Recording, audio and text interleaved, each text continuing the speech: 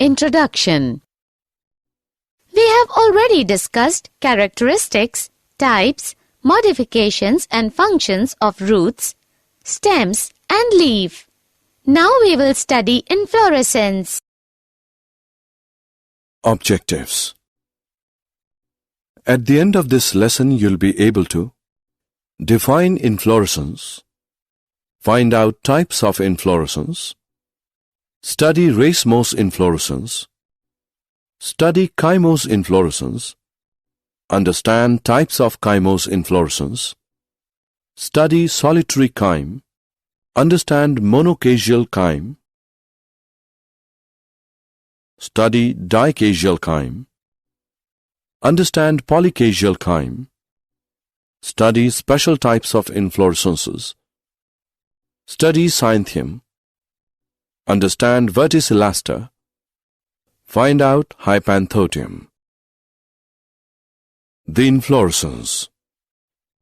The arrangement of flowers on a specialized branch on top of the plant, which bears flowers, is called inflorescence.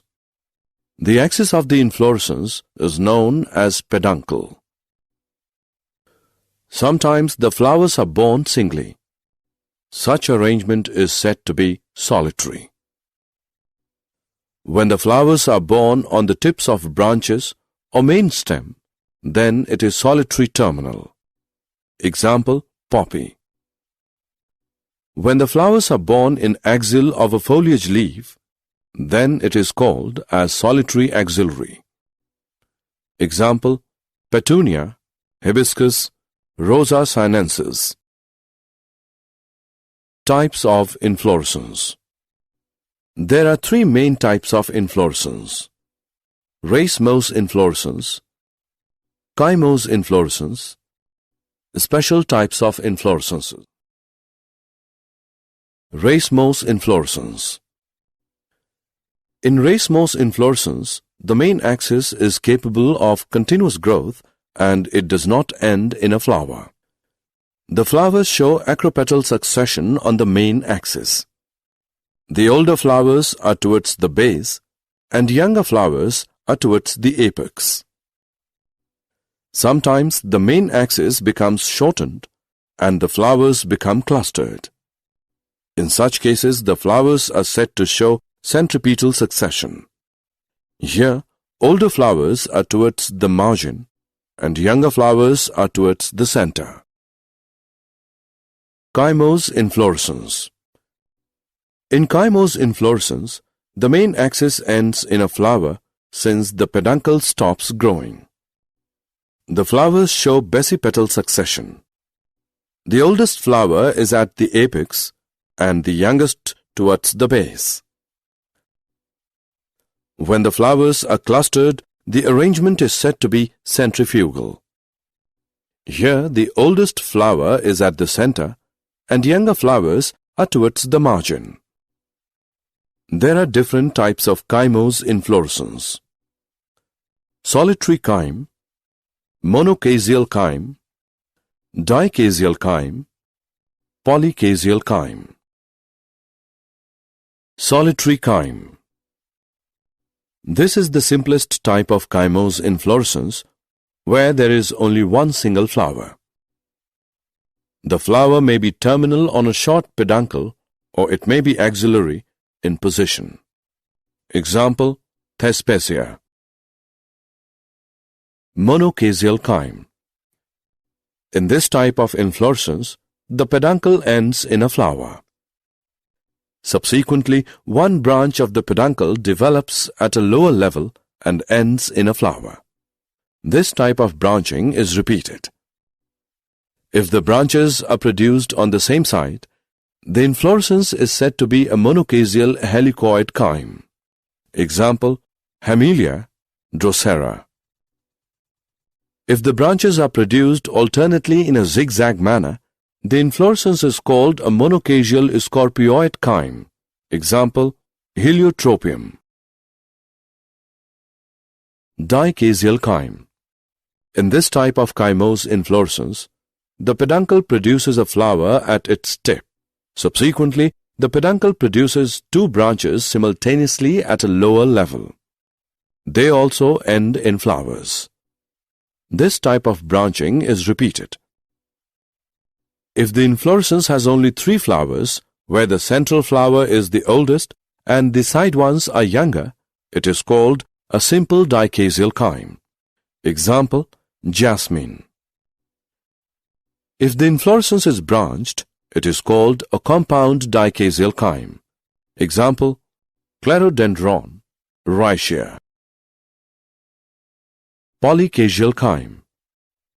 In this type of inflorescence, the main axis ends in a flower. Subsequently, the peduncle produces many branches and each branch ends in a flower. The flowers show centrifugal arrangement. Example, Homelia. Special types of inflorescences. Some plants exhibit special types of inflorescence. These are of following types: Cyathum, Verticillaster, Hypanthodium. Cyathum. Here the inflorescence is highly reduced.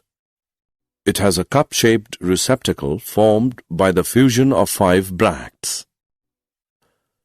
On the surface of this cup, generally a yellow-colored nectar-secreting gland is present.